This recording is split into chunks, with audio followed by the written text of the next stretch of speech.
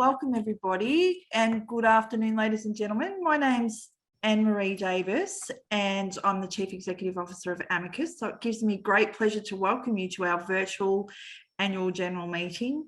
So to start official proceedings, I would just like to acknowledge that we're meeting on Jara country, of which the members and elders of the Jara people of the Dja Dja Wurrung community and their forebears are the traditional owners and have been custodians for many centuries and have performed age-old ceremonies of celebration, initiation and renewal. We acknowledge their living culture and their unique role in the life of our community. So moving on to apologies, the following people have been unable to join us this afternoon and have asked me to pass on their apology to the Board of Directors. So we have an apology from Marie Edwards, MP, and Helen Douglas from the Long Gully Community House. So I'll now hand over to Paul Somerville, our Chair, to officially open the annual general meeting. Thank you, Anne-Marie. So welcome everybody, welcome to staff and welcome to other interested people from of Amicus, from DFFH, from Massag, from the Christian Centre and from La Trobe University. We've got people on the line. So thanks for joining us today for our AGM. So the AGM will be by resolution of accepting the audited financial statements of Amicus Group up until 30 June, of Amicus Group Inc. up until 30 June 21, and to finalise the migration to Amicus Community Services Limited. In terms of our AGM, I can advise that our AGM was advertised through our newsletter and on social media during October and November.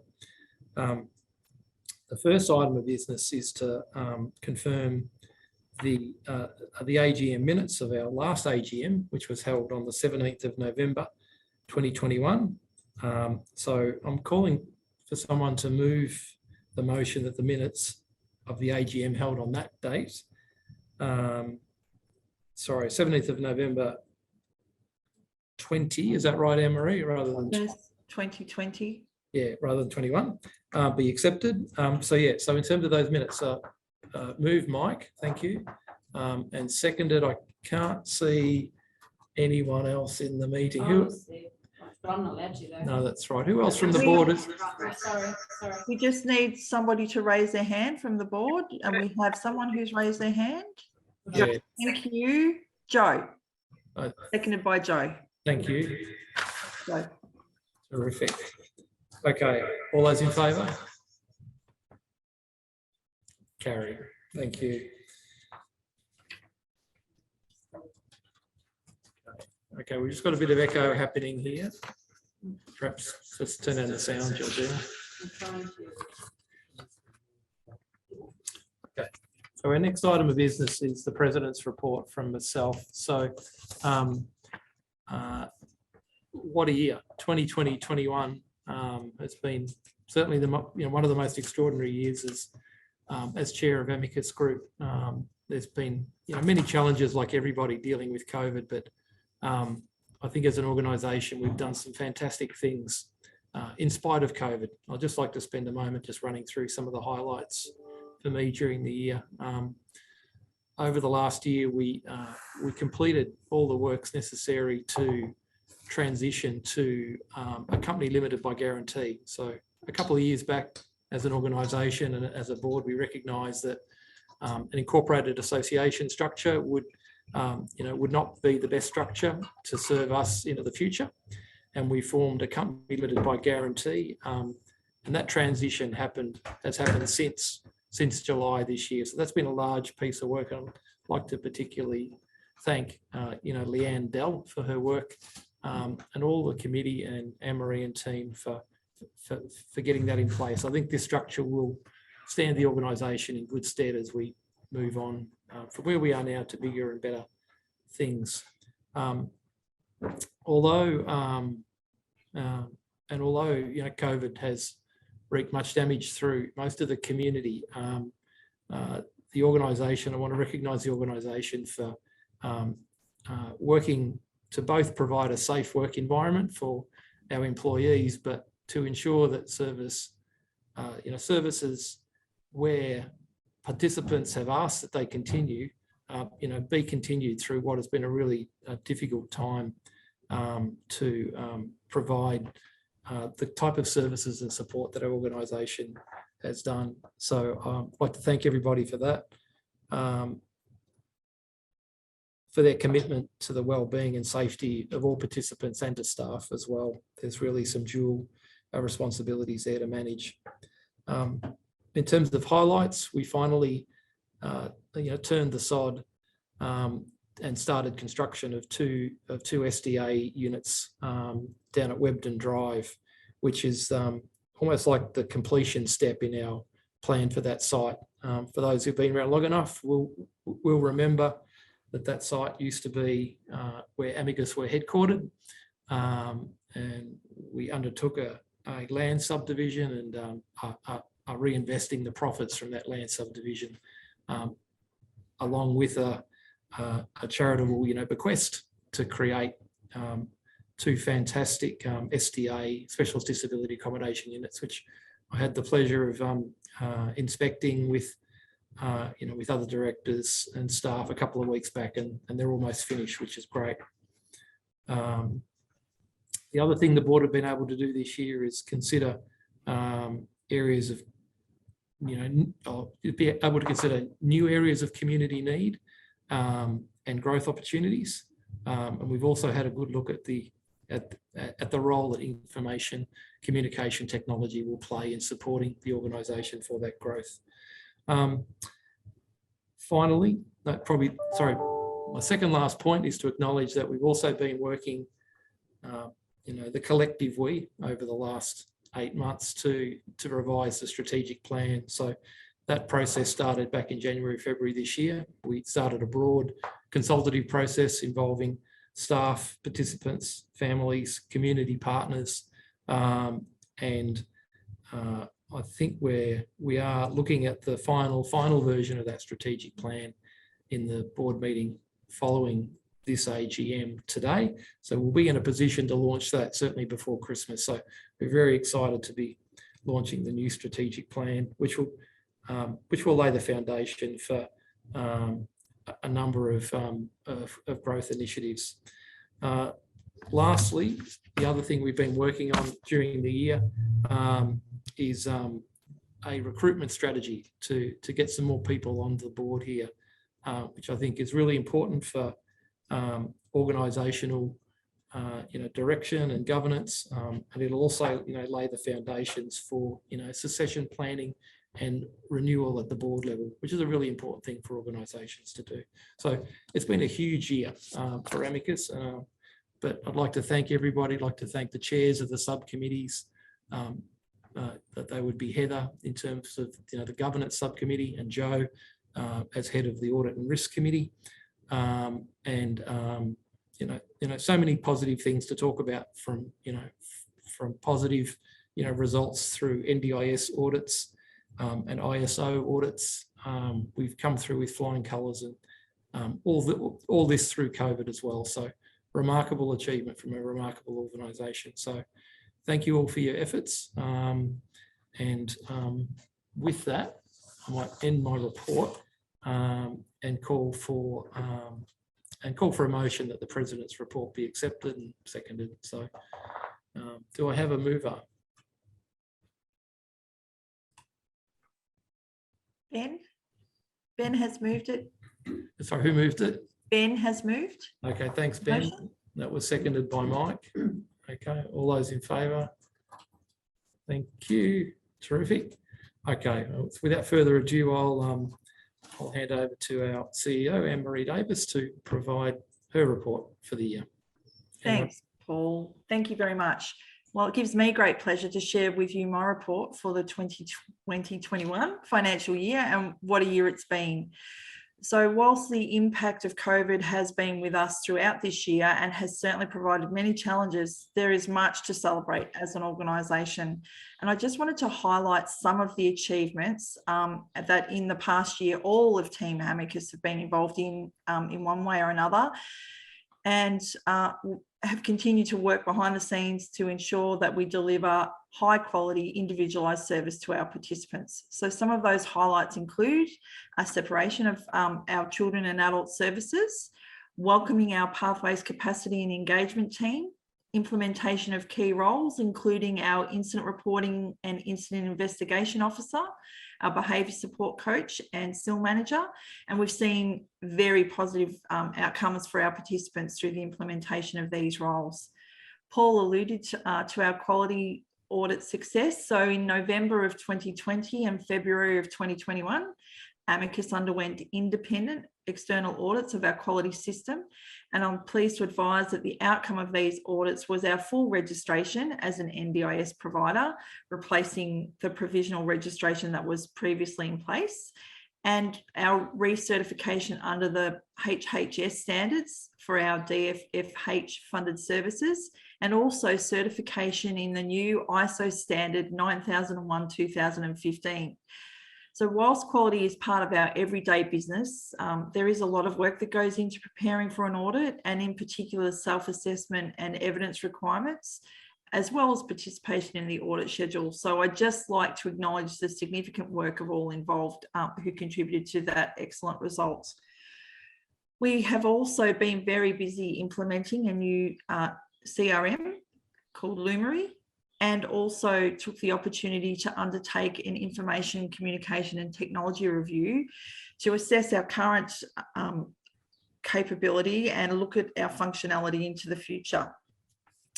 I do just want to touch briefly on a few challenges because I really wanted to acknowledge the efforts of the team to work through them. So we've been living now with COVID for almost 2 years, and for all of us, the impacts of this sustained effort are becoming evident. There are challenges in continuing to be resilient as we respond to rapid changes, including restrictions and lockdowns, implement working from home arrangements for some, and maintain service continuity. So I would like to acknowledge the work of our whole team who've worked tirelessly throughout this period to keep our participants, families, and their colleagues COVID-free. In terms of workforce, COVID-19 has certainly had an impact on workforce availability, with participant service cancellations leading to work uncertainty for our current team, and also combined with a shortage of skilled staff in the labour market. We also saw the implementation of the NDIS worker screening check from the 1st of February 2021. So whilst the increased workforce screening and safeguarding of our vulnerable participants is welcome, implementation of the scheme was characterised by lengthy processing delays of up to 6 weeks, which impacted significantly on our service continuity. Also, there have been a number of changes and reviews of pricing models within the NDIS, and that continues to present challenges in some areas of our NDIS service delivery. So pricing reviews, particularly in SIL, have had a significant impact on the viability of some services, and we continue to monitor these impacts carefully and also raise these issues with NDS, who are our peak association. So we're supporting their advocacy efforts to address these challenges. We've got some strong partnerships, and every year our circle of community partners grows, and in 2021, the development of our community inclusion and consultation framework has enabled us to expand this even further. So we continue to enjoy strong relationships with our existing community partners as well. And I just wanted to acknowledge the partnerships that we have in place with Haven Home Safe and Mount Alexander Shire Accommodation and Respite Group, affectionately known as MASAG. We've been working solidly with them, not just over the last 12 months, but over many years now. So with Haven Home Safe on the development of our specialist disability accommodation units at Webden Drive, and MASAG, of course, have provided us with the opportunity to operate short-term accommodation from their facility in Mount Alexander Shire. So just in closing, we've great pleasure that I have worked with the board in the development of our new strategic plan and have been able to hear the ideas and feedback of our team, participants, families and community partners to shape the organisation's future directions.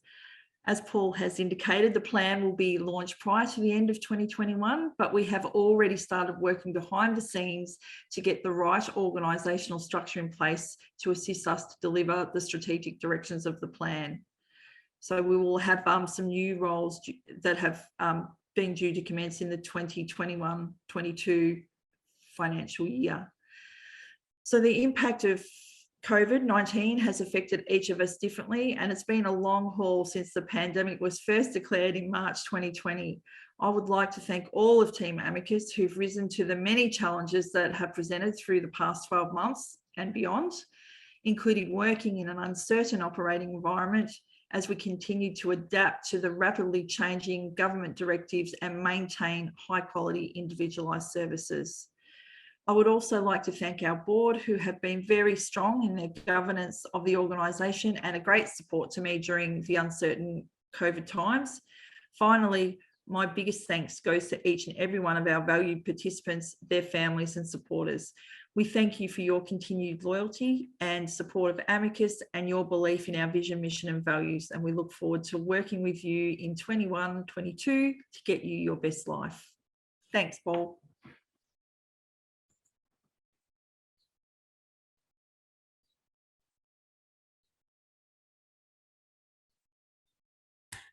Sorry, I was on mute, and that's going to be the catch cry of 21, isn't it? So yeah, look, thank you for your report and for all your great work again this year in particular.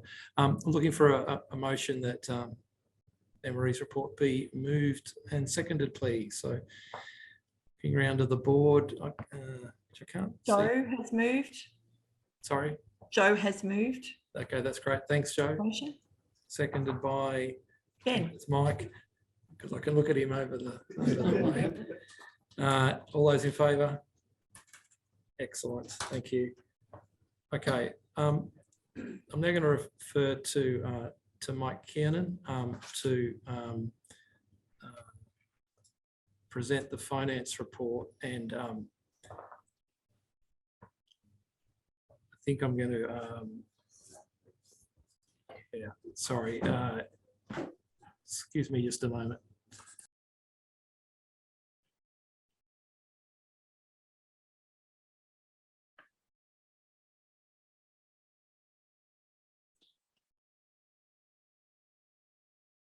Sorry about this. Okay, sorry about that. We're just getting our act together here. And we're just going to swap seats so Mike can present the finance report. Thanks.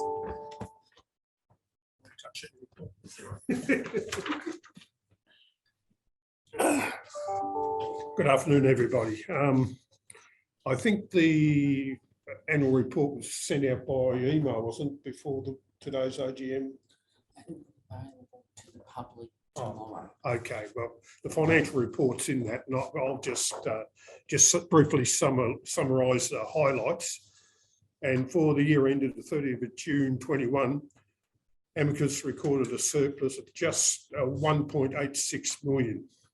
An excellent result, considering all the issues with COVID for the 12 months, and as Paul has already alluded to, and Anne-Marie. This surplus did include 1 million profit, which was from the sale of the Market Garden Estate housing blocks, which was the subdivided land at Cecil Street. And Paul mentioned it, I think there was a few years ago when we were talking about what we were going to do with Cecil Street, and at the time, the easy decision was just to sell Cecil Street, but we did make the hard decision to try and develop it ourselves. And through a lot of effort by Anne-Marie in particular, and HomeSafe too, who assisted us, it became a very successful project for us. Revenue from operating activities was just under $15 million, which is almost 90% of this is from the NDIS. So needless to say, shows how important that is to us. Expenses were just under 14 million, and 90% of that is for wage expenses. And again, that emphasises how this is very much a people organisation, and all our staff members are extremely important to us and indeed contribute to our success. We have a very sound balance sheet with net assets of $6 million, and basically all of that, if not, most of that is in cash. And another pleasing point, that debtors was around a 500,000, which is a 45% reduction on where we were the year before, and that's come about because of a lot of hard work by Georgina and her staff to try and get those debtors under control. So there's not much more I'd like to say, other than I'd just to move that the financial reports be accepted. Do I have a second? Oh, I'm moving. Paul, will you second? Yeah. Okay, thank you. And the other just brief thing I need to mention is the auditors and the board of Amicus Community Services Limited have appointed RDS Audit to be our auditors for the next 12 months. RSD. So what did I say? RDS. Oh, sorry. Read what I've got written down. RSD auditors. Okay. So the board has appointed them. Okay, and I don't think I've got anything else to say, Paul. Thank you. Okay, thanks, Mike, for that, and apologies for the slight interruption in transmission as we worked out what we're doing in a combination of a Zoom and a physical environment. We've kind of got a hybrid of meetings here. I think just as a follow-on to Mike, and Mike indicated we are in a strong financial position as an organisation, and but be rest assured this is not about building a cash accumulation exercise. The board is considering a range of strategic investments that are directly related to our purpose, and we'll be looking at those in the coming year in ways that we believe will increase the impact of what we're trying to achieve here at Amicus in terms of quality service delivery to people who choose to use our service. So exciting times ahead. But thank you, Mike, for that report. I'd like to thank everyone who's chosen to join us today, from the staff who are tuning in to the staff who are physically present here in the room. Also, thank you again for our partners and stakeholders from DFFH, from Masag, from the Christian Centre, and from La Trobe Uni for dialing in today. We appreciate your interest and value that we're partners with you as an organisation. As Mike said, our annual report will be available on our website from tomorrow, and printed copies will be coming after that. And you're welcome to contact our office anytime to request a printed copy. There's no further items for business. I will declare the AGM closed. So thank you, everybody.